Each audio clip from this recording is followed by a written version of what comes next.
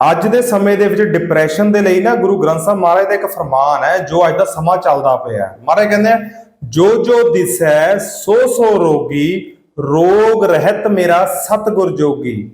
ਪਾਰ ਬ੍ਰਹਮ ਜਿਨ ਕੀਨੀ ਦਇਆ, ਬਾਹਾਂ ਪਕੜ ਰੋਗੋ ਕੱਢ ਲਿਆ। ਵੀ ਜਿਹਦੇ ਵੱਲ ਵੀ ਦੇਖਦੇ ਹਰ ਕਿਸੇ ਨੂੰ ਰੋਗ ਲੱਗਿਆ ਹੋਇਆ।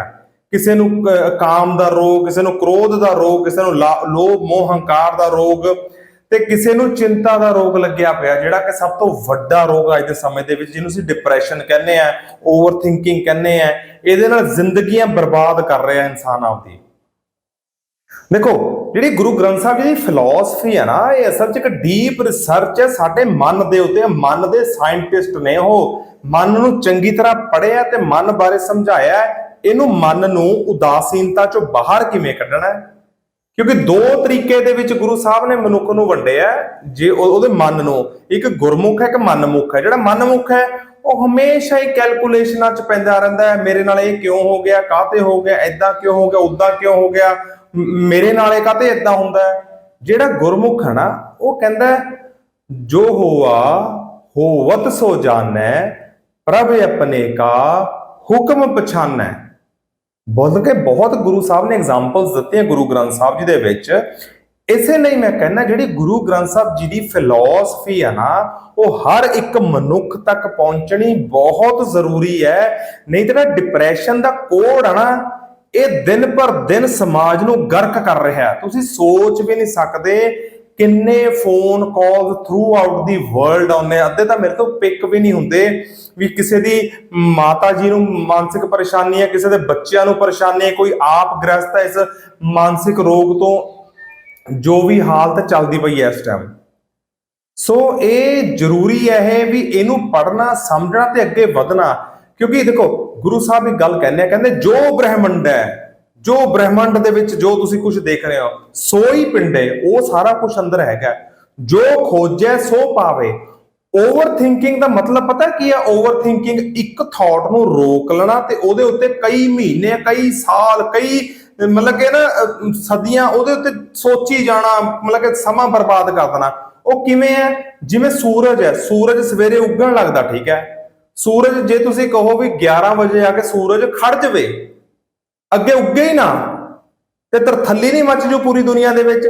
ਸੇਮ ਏਦਾਂ ਹੀ ਹੈ ਸਾਡੇ ਅੰਦਰ ਜਿਹੜੇ ਥਾਟਸ ਨੇ, ਉਹ ਜਦੋਂ ਇੱਕ ਜਗ੍ਹਾ ਹੋਲਡ ਹੋ ਜਾਂਦੇ ਆ ਨਾ, ਅੱਗੇ ਤੁਰਦੇ ਨਹੀਂ, ਫਲੋ 'ਚ ਨਹੀਂ ਜਾਂਦੇ ਹੈਗੇ, ਸਾਡੇ ਅੰਦਰ ਤਰਥੱਲੀ ਮਚਾ ਦਿੰਦੇ ਆ। ਉਹ ਸਾਡਾ ਚਿੱਤ ਨਹੀਂ ਕਰਦਾ ਕਿਸੇ ਨਾਲ ਗੱਲ ਕਰਨ ਨੂੰ, ਲੜੀ ਜਾਂਦੇ ਆ, ਖਿਜੀ ਜਾਂਦੇ ਆ, ਮਤਲਬ ਕਿ ਉੱਚਾ ਬੋਲਣ ਲੱਗ ਜਾਂਦੇ ਆ, ਰੂਡ ਹੋ ਜਾਂਦੇ ਆ, ਫਿਰ ਗੁੱਸਾ ਬਹੁਤ ਆਉਂਦਾ ਹੈ। ਇਹ ਤਰਥੱਲੀਆਂ ਹੀ ਮਚਦੀਆਂ ਨੇ ਅੰਦਰ। ਇਹ ਚੰਦਰਮਾ ਆਪਣੀ ਜਗ੍ਹਾ ਇੱਕ ਤੋਂ ਦੂਸਰੇ ਪਾਸੇ ਨੂੰ ਸ਼ਿਫਟ ਕਰ ਲਵੇ, ਪਾਣੀ ਦਾ ਜਿਹੜਾ ਸਰੋਤ, ਪਾਣੀ ਨੂੰ ਬੈਲੈਂਸ ਕਰਿਆ ਹੋਇਆ ਚੰਦਰਮਾ ਨੇ, ਉਹ ਸਾਰਾ ਉੱਤਲ ਪੁੱਥਲ ਹੋ ਜੂਗੀ, ਸੁਨਾਮੀਆਂ ਆਉਣੀਆਂ ਸ਼ੁਰੂ ਹੋ ਜਾਣਗੀਆਂ। ਸੋ ਬੰਦਿਆਂ ਤੋਂ ਬਾਹਰ ਬ੍ਰਹਿਮੰਡ ਨੂੰ ਦੇਖੋ ਨੇ, ਕਿੰਨਾ ਵਧੀਆ ਸਿਸਟਮ ਸਾਜਿਆ ਹੋਇਆ ਪਰਮਾਤਮਾ ਨੇ। ਉਸੇ ਤਰ੍ਹਾਂ ਨੂੰ ਆਪਣੇ ਅੰਦਰ ਵੀ ਸੰਭਾਲ ਕੇ ਰੱਖ, ਇੱਕ ਸੀਕੁਐਂਸ 'ਚ ਰੱਖ ਉਹਨੂੰ। ਇਹ ਗਿਆਨ ਨਾਲ ਹੋਣਾ ਹੈ। ਦੇਖੋ, ਅਗਿਆਨਤਾ ਡਿਪਰੈਸ਼ਨ ਵੱਲ ਲੈ ਕੇ ਜਾਊਗੀ, ਜਿਹਨੂੰ ਅਨਅਵੇਅਰਨੈਸ ਕਹਿੰਦੇ ਆ, ਵੀ ਪਤਾ ਨਹੀਂ ਸੀਗਾ। ਗਿਆਨ ਵੀ ਹੀ ਗਿਆਨਵਾਨ ਹੋਣਾ, ਅਵੇਅਰ ਹੋਣਾ, ਜਾਣੂ ਹੋਣਾ, ਸਿਸਟਮ ਨਾਲ ਸਮਝਣਾ ਵੀ ਸਿਸਟਮ ਕੁਦਰਤ ਦਾ ਕਿਵੇਂ ਕੰਮ ਕਰਦਾ ਹੈ, ਮੇਰੀ ਮਾਨਸਿਕ ਸਥਿਤੀ ਕਿੱਦਾਂ ਦੀ ਹੈਗੀ, ਇਹ ਖਰਾਬ ਕਿਵੇਂ ਹੋਊਗੀ, ਇਹ ਠੀਕ ਕਿਵੇਂ ਹੋਊਗੀ। ਇਹ ਸਾਰਾ ਕੁਝ ਪ੍ਰੈਕਟੀਕਲ ਨੌਲੇਜ ਹੈ। ਸੋ ਡਿਪਰੈਸ਼ਨ ਐਡੀ ਗੱਲ ਨਹੀਂ ਹੈਗੀ ਜਿੰਨੀ ਗੱਲ ਹੁਣ ਵੱਧ ਚੁੱਕੀ ਹੈ। ਗੁਰੂ ਸਾਹਿਬ ਦੀ ਨਾ ਕੋਈ ਇੱਕ ਵੀ ਪੰਕਤੀ ਅਸੀਂ ਲੈ ਲਈ, ਉਹ ਸਾਡੀ ਸਾਰੀ ਜ਼ਿੰਦਗੀ ਨੂੰ ਟਰੈਕ ਤੇ ਲਿਆਉਣ ਲਈ ਬਹੁਤ ਹੈ।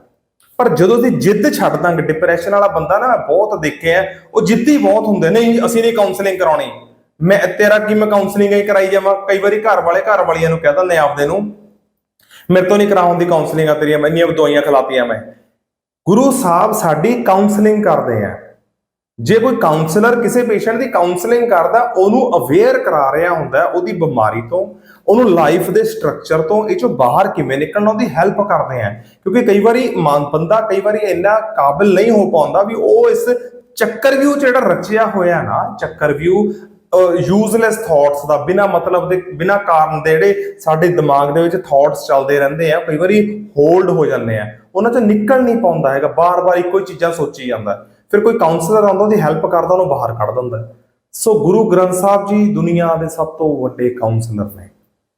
ਗੁਰੂ ਨਾਨਕ ਸਾਹਿਬ ਤਾਂ ਪੀਰਾਂ ਮਤਲਬ ਕਿ ਜਿਹੜੇ ਸੀਗੇ ਮੌਲਵੀਆਂ ਦੀ, ਹਿੰਦੂ ਪੰਡਤਾਂ ਦੀ, ਜਿਹੜੇ ਸਪਿਰਿਚੁਅਲ ਲੀਡਰ ਸੀ ਆਪਣੇ ਸਮੇਂ ਦੇ, ਬਹੁਤ ਵੱਡੇ ਵੱਡੇ, ਜਿਨ੍ਹਾਂ ਦੇ ਮਗਰ ਲੱਖਾਂ ਲੱਖਾਂ ਫਾਲੋਅਰਸ ਹੁੰਦੇ ਸੀਗੇ, ਉਹਨਾਂ ਦੀ ਕਾਉਂਸਲਿੰਗ ਕਰਦੇ ਹੁੰਦੇ ਸੀ। ਕਿਉਂਕਿ ਉਹ ਕਹਿੰਦੇ ਜੇ ਇਹ ਇੱਕ ਠੀਕ ਹੋ ਗਿਆ, ਇਹਨੇ ਸਿਸਟਮ ਆਪਣਾ ਸਹੀ ਕਰ ਲਿਆ, ਜਿਹੜੇ ਇਹਦੇ ਲੱਖ ਫਾਲੋਅਰ ਨੇ ਆਟੋਮੈਟਿਕਲੀ ਉਹ ਵੀ ਠੀਕ ਹੋ ਜਾਣਗੇ। ਇੱਕ ਇੱਕ ਬੰਦੇ ਦੀ ਰੀਚ ਪਹੁੰਚਣਾ ਸੌਖਾ ਨਹੀਂ ਹੈਗਾ।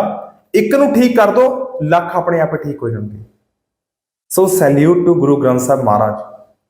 ਉਹਨਾਂ ਦਾ ਜਿੰਨਾ ਤੁਸੀਂ ਉਹਨਾਂ ਦੇ ਗਿਆਨ ਨੂੰ ਪੀ ਸਕਦੇ ਹੋ, ਗ੍ਰਹਿਣ ਕਰ ਸਕਦੇ ਹੋ, ਆਪਣੀ ਬੁੱਧੀ ਦੇ ਵਿੱਚ ਲਿਜਾ ਸਕਦੇ ਹੋ, ਤੁਹਾਨੂੰ ਡਿਪਰੈਸ਼ਨ ਕਦੇ ਵੀ ਨਹੀਂ ਹੋਊਗਾ। ਦੇਖੋ ਮੇਨ ਮਸਲਾ ਹੈਗਾ a concept of happy life. Guru Granth Sahib ji ਸਿਖਾਉਂਦੇ ਆ ਸਾਨੂੰ how to live a happy life, how to ਆਪਣੇ ਜਿਹੜੇ ਨੈਗੇਟਿਵ ਥਾਟਸ ਨੇ ਜਿਹੜੇ ਹੋਲਡ ਕਰੇ, ਇਹਨਾਂ ਨੂੰ ਪਾਸ ਕਰਕੇ ਅੱਗੇ ਕਿਵੇਂ ਨਿਕਲਣਾ ਹੈ।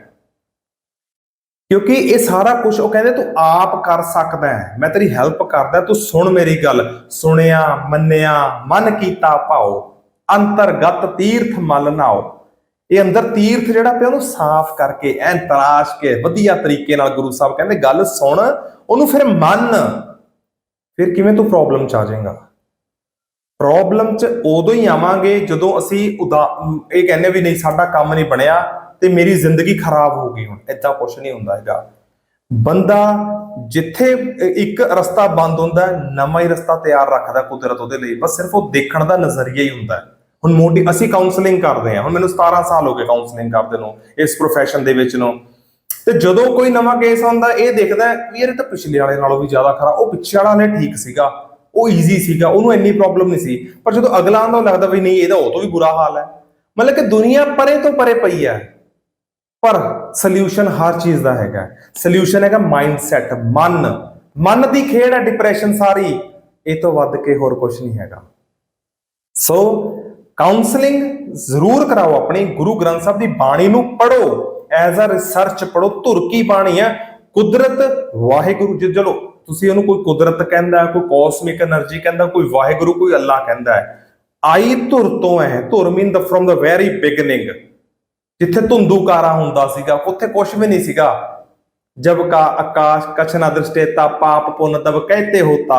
ਸੁਖਮਨੀ ਸਾਹਿਬ ਚ ਆਉਂਦੀ ਨਾ ਪੂਰੀ ਅਸ਼ਟਪਦੀ ਵੀ ਜਦੋਂ ਕੁਛ ਵੀ ਨਹੀਂ ਸੀਗਾ ਉਦੋਂ ਵੀ ਤਾਂ ਸੀਗਾ। ਉੱਥੋਂ ਬਾਣੀ ਆਈ ਹੈ। ਸੋ ਸਾਡੀ ਨੌਲੇਜ ਸਾਨੂੰ ਗਿਆਨਵਾਨ ਕਰਨ ਲਈ ਆਈ ਹੈ, ਸਾਨੂੰ ਇਸ ਚੱਕਰਵਿਊ ਚੋਂ ਡਿਪਰੈਸ਼ਨ ਦੇ ਵਿੱਚੋਂ ਕੱਢਣ ਲਈ ਆਈ ਹੈ। ਤਿਆਰ ਹੋ ਜਾਓ, ਨਿਕਲ ਜਾਓ। ਕੋਈ ਵੀ ਕੰਮ ਇੰਪੋਸੀਬਲ ਨਹੀਂ ਹੈਗਾ ਮਨੁੱਖ ਦੇ ਲਈ, ਕੁਝ ਵੀ ਇੰਪੋਸੀਬਲ ਨਹੀਂ ਹੈਗਾ। ਸਿਰਫ ਮਾਈਂਡ ਸੈਟ ਹੈ, ਇਹਨੂੰ ਤਿਆਰ ਕਰ ਲਓ, ਕਾਮਯਾਬ ਹੋ ਜਾਓਗੇ। ਸਤਿ ਸ਼੍ਰੀ ਅਕਾਲ।